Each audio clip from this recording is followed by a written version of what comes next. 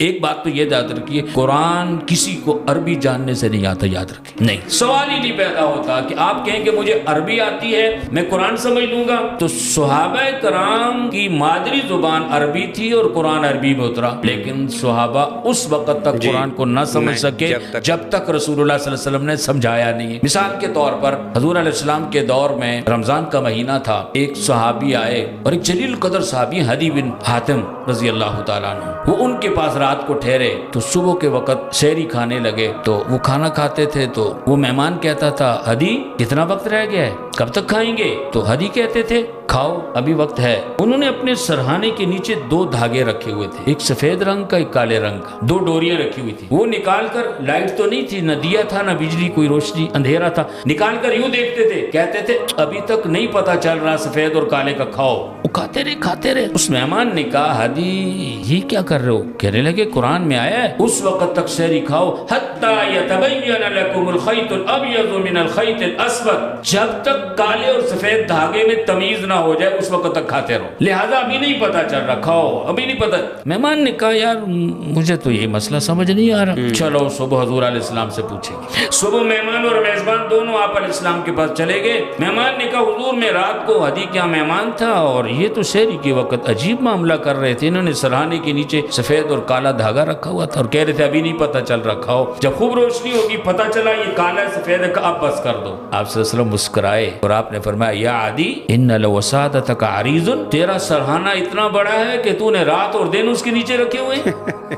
فرمایا عدی ارے سادے، ایک کالے دھاگے سے مراد دھاگا نہیں ہے، سفید دھاگے سے مراد سفید دھاگا نہیں ہے، حالانکہ عربی لغت کے اعتبار سے بالکل واضح معنی خیط دھاگے کو کہتے ہیں، خیاط درزی کو کہتے ہیں، عربی کے اندر خیط الابیض سفید دھاگا، ابیض سفید کو کہتے ہیں، خیط الاسود بالکل صریح الفاظ ہے، لیکن اس کا معنی یہ نہیں ہے، نہ سفید دھاگا مراد ہے نہ کالا دھاگا۔ آپ علیہ السلام نے فرمایا سفید دھاگے اور کالے دھاگے سے مراد رات اور دن ہے، یعنی رات کی سیاہی ہے، جب تک دن کی روشنی نہیں آئے گی اس وقت تک تم کھاتے رہو گے، اس کو صبح صادق کہتے ہیں۔ اب آپ دیکھیے کہ اگر عربی زبان سے مہارت حاصل کرنے کی وجہ سے قرآن سمجھ میں آتا تو حضرت ہدی کبھی ایسے نہ کرتے۔ تو قرآن کو سمجھانے کے لیے استاد کی ضرورت ہے، پر ہر آدمی قرآن کا استاد نہیں بنتا۔ آج حادثہ یہ ہے کہ جی کون فلاں حاجی صاحب درس قرآن دے رہے ہیں، فلاں کرنل صاحب درس قرآن دے رہے ہیں، فلاں بریگیڈیئر صاحب درس قرآن دے رہے ہیں، فلاں بزرگ درس قرآن دے رہے ہیں۔ بھائی دنیا میں ہر شعبے کے لیے کچھ ضابطہ ہوتا ہے، کچھ اصول ہوتے ہیں۔ اب آپ دیکھیں کہ ایک ڈاکٹر صاحب اگر کلینک کھول کر بیٹھ جائیں، انہوں نے MBBS نہیں کیا ہوا، کسی میڈیکل کالج میں پڑھے نہیں، پریکٹس نہیں کی، تو کیا وہ ڈاکٹری کر سکتے ہیں؟ نہیں کر سکتے۔ لیکن قرآن اتنا سستا ہو گیا ہے اور لاوارث کر دیا ہے امت نے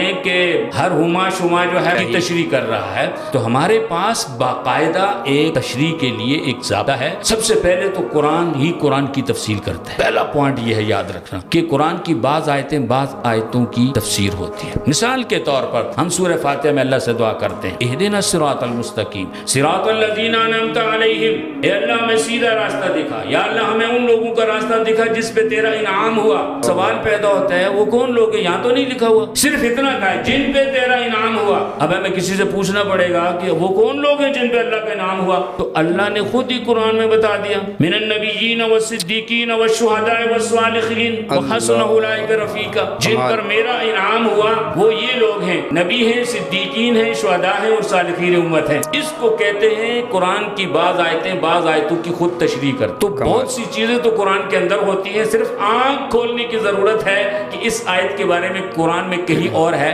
دوسری بات یہ ہے کہ صاحب قرآن حضور اکرم صلی اللہ علیہ وسلم نے کسی آیت کی تفسیر کیا کی۔ تیسرا یہ ہوتا ہے کہ سب سے پہلے لوگ جن کے پاس قرآن آیا وہ صحابہ کرام تھے۔ تیسری بات یہ ہوتی ہے جب ہمیں قرآن میں بھی کسی آیت کی وضاحت نہیں ملتی، حدیث میں بھی نہیں ملتی، پھر ہم حضور علیہ السلام کے شاگردوں کی طرف رجوع کر صحابہ محمد کی طرف، اور اللہ نے ایسے ایسے لوگ دیے۔ حضور صلی اللہ علیہ وسلم کے کزن ہیں چاچا زاد بھائی عبداللہ ابن عباس، مفسر قرآن۔ آج دنیا میں کسی زبان میں لکھی کی کوئی تفسیر ایسی نہیں ہے جس کے ماخذ کے اندر عبداللہ ابن عباس کے حوالے نہ ہو. بہت لڑکپن میں بہت ینگ تھے, حضور صلی اللہ علیہ وسلم کے ساتھ رہے, لیکن اللہ نے وہ مہارت دی. ایک مرتبہ ایک صاحب آئے, قرآن میں ایک آیت ہے کہ ایک وقت تھا زمین کا منہ بھی بند تھا, آسمان کا منہ بھی بند تھا. حضرت عمر کے پاس ایک آدمی آیا, فرمایا امیر المومنین اس کا کیا مطلب ہے؟ حضرت عمر نے دیکھا عبداللہ ابن عباس مسجد نبوی کے کونے میں بیٹھے, کہا جاؤ اس لڑکے سے پوچھو اس آیت کا کیا مطلب ہے کہ جب زمین کا منہ بند تھا آسمان کا منہ بند تھا, کیا معنی ہے اس کا؟ وہ سوال کرنے والا گیا, ان سے پوچھا کہ کیا مطلب ہے. انہوں نے کہا جب تک آدم علیہ السلام زمین پر نہیں آئے تھے, زمین کا منہ بند تھا, کوئی چیز زمین سے پیدا نہیں ہوتی تھی, کوئی نباتات, گھاس پھوس, درخت, کوئی چیز پیدا نہیں ہوتی تھی. اور جب تک انسان زمین پر نہیں آیا تھا تو آسمان سے بارش نہیں برستی تھی. جب آدم کا حبوط ہوا,